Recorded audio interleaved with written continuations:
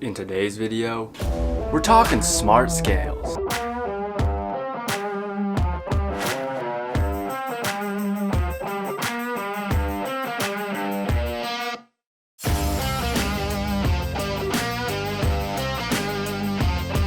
Welcome to the video, guys. My name is Tyler, also known as the Fit Chemist, and I help people take control of their lives by taking control of their fitness and nutrition habits so that ultimately we can lead healthier and happier lives. So if you're new here, welcome. Please consider subscribing.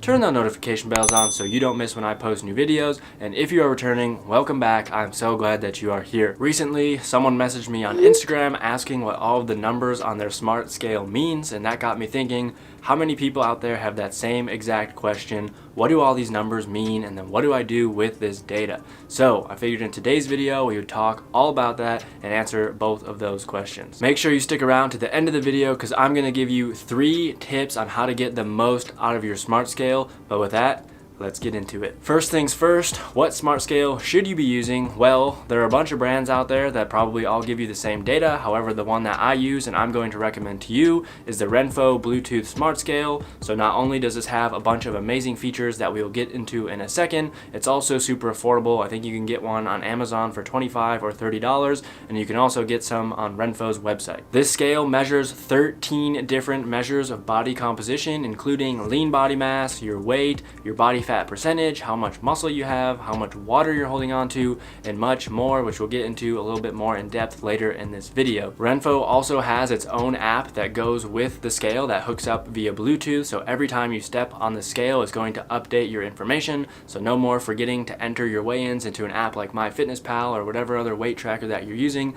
And good news, this scale can have up to 8 different profiles on the app, I think. So if someone else in your household also wants to use this scale, that can be done as well. Not only does RENPHO have its own awesome app, but it also syncs up with various other apps, including the Samsung and Apple Health apps, the Fitbit app, and Google Fit. So not only does it sync with all these apps, but the battery life on this scale is amazing. I think it's 3 AAAs. I've had mine for well over a year and I haven't had to change those batteries yet, so this thing lasts quite a long time. If these features and me telling you is not enough to convince you to go and pick one up for yourself if you don't already have one, maybe the 30,000 reviews on RENPHO's website or the 175,000 on Amazon's website, both which average over 4.5 stars, will be enough to convince you to go ahead and get one. RENPHO also has some potentially useful tools besides the Bluetooth Smart Scale, including a smart body tape measure and a smart food scale. So if you're interested in any of those items, I will put a link to their website down in the description box below. I do want to give a disclaimer though, I am working with RENPHO as an affiliate, so any purchases you make through that link, I will get a small amount of that, and it's a great way to support me and this channel if you like what I'm doing here.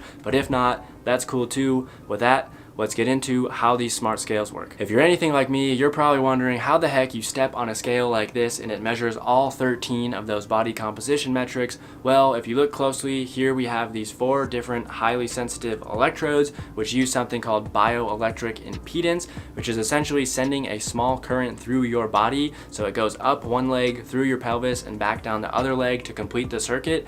And this scale can actually measure how much resistance your body is giving to that current, and then from there it can calculate all of those values. We'll get into what all of the numbers mean from your smart scale in just one second, but my question of the day for you is, what scale are you currently using and what metrics does it track? Let me know down in the comments below, and with that, let's get back into it. So what do the numbers mean? As I mentioned earlier, at least for the RENPHO app, this one measures 13 different metrics of body composition. Some of them I do think are a little bit more important than others. However, I'm going to go through and explain all of them. What I really like about the RENPHO app is that it does have a short description for each of these values. So if you happen to watch this video and you forget what one of these things are, all you have to do is go into the app, click on that metric, and it will give you a short description as well as a sliding scale, sort of an objective standard of what's healthy versus non-healthy, and it'll show you where your data falls on that scale, and I think that's particularly useful. We're now going to see what all these values mean. So starting with weight, hopefully everybody knows what this one means. This is the only value that you can actually obtain without a smart scale,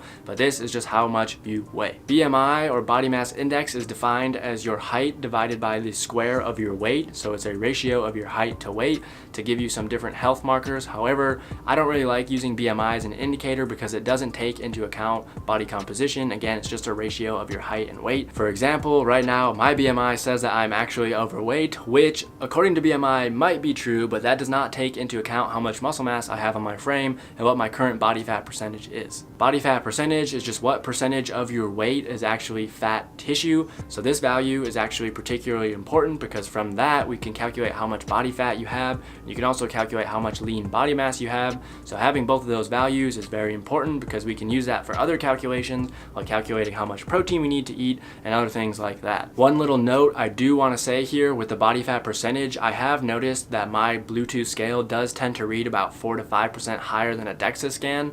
So it's not entirely accurate, at least compared to the DEXA scan. However, if you are looking at your Bluetooth Smart Scale over the long term and looking at the trends, it will be an accurate value. So let's say you lose 3% body fat according to your Bluetooth Smart Scale, the DEXA would also read that you lost a 3% body fat, except those values might be different. Fat-free body weight is the next one. This one is also known as lean body mass. So this is all of the stuff on your body that is not fat tissue. So that includes muscle mass, bones, hair, skin, nails, all that stuff. That's all categorized under fat-free body mass. Subcutaneous fat is the ratio of subcutaneous fat you have in relation to your weight. So subcutaneous fat is the fat that's under your skin. It's the stuff that's visible and tangible. You know, if you grab your stomach and you pinch your fat, that is subcutaneous fat. In contrast to that, we also have visceral fat, which is the fat that's found around your organs. So that is not visible and it's not tangible, but this value is also the ratio of visceral fat to your total body weight. Body water is how much water your body is holding onto, including your blood fluid volume and then also extracellular fluids. Skeletal muscle is how much muscle you have in your mechanical muscular system. So that's things like you use to move your limbs, right? So if you're flexing your bicep or tricep to move your arm,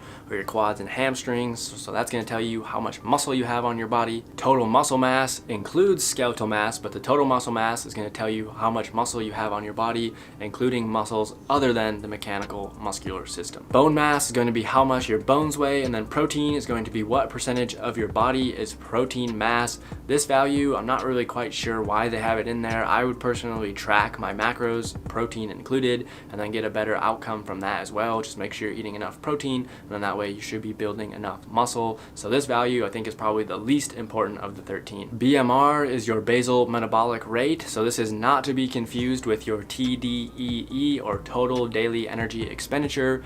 BMR is just the bare bones calories that you need to keep your body alive, whereas TDEE includes your BMR. However, that also takes into account things like exercise, non-exercise activity, thermogenesis, and then a couple other things as well. And then the last one is metabolic age, which is going to calculate using all the other data roughly what your metabolic age is and where your metabolism lines up. So ideally, you would like your metabolic age to be what your current age is or lower. If you have a metabolic age that's older than your current age, hopefully you can start to do some exercise, improve your body composition, and then turn that metabolic age around. Out of these 13 values, the ones that I would put emphasis on are going to be your weight, your body fat percentage, how much muscle mass you have, so the skeletal muscle mass, and then potentially also your BMR, because you can use your BMR to calculate your maintenance calories. That doesn't mean the other ones aren't important. I just think they're less important than the ones that I just mentioned. So the other ones I would recommend tracking quite meticulously, and then some of these other ones, they might be a good indicator of health, but I just don't think that you need to put all of your eggs into those respective baskets. As promised, I'm now going to give you 3 tips for getting the most out of your Smart Scale. The first one is going to be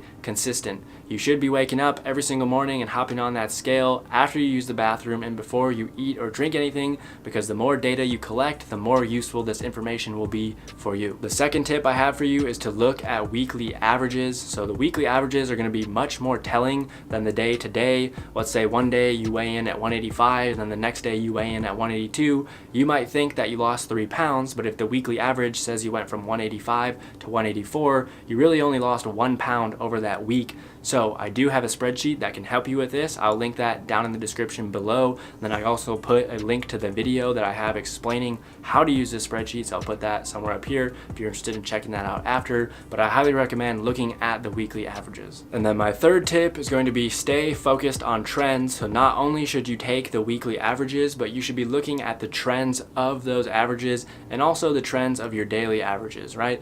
So let's say you have one weigh-in, it's higher than you want it to be. If you're looking at the trend and that thing is going straight down over the course of time, one weigh-in is not the end of the world, right? I think the trends are going to be way more important. Take the bigger picture into mind. And bonus tip, which I think is arguably the most important tip, so if there's anything you take away from this video, please remember that you are more than the number on the scale. You are a human being. You have worth no matter what that scale is telling you. And if you noticed with point number 1 or tip number 1, I was very careful with my word choice there and I said data, because that's all these numbers are. The numbers are data. It doesn't tell you who you are, what kind of character you have, etc., etc. So please just think of it as data, and then you can use that data to change your future data, whatever that goal may be. Alright guys, that's going to be it for today's video. I hope that you enjoyed it. If you did, please give it a thumbs up. Let me know in the comments down below. And again, if you're new here, be sure to subscribe. Turn those notification bells on because I post new videos every single Friday and you do not want to miss when they go live. And with that, I'll see you in the next video.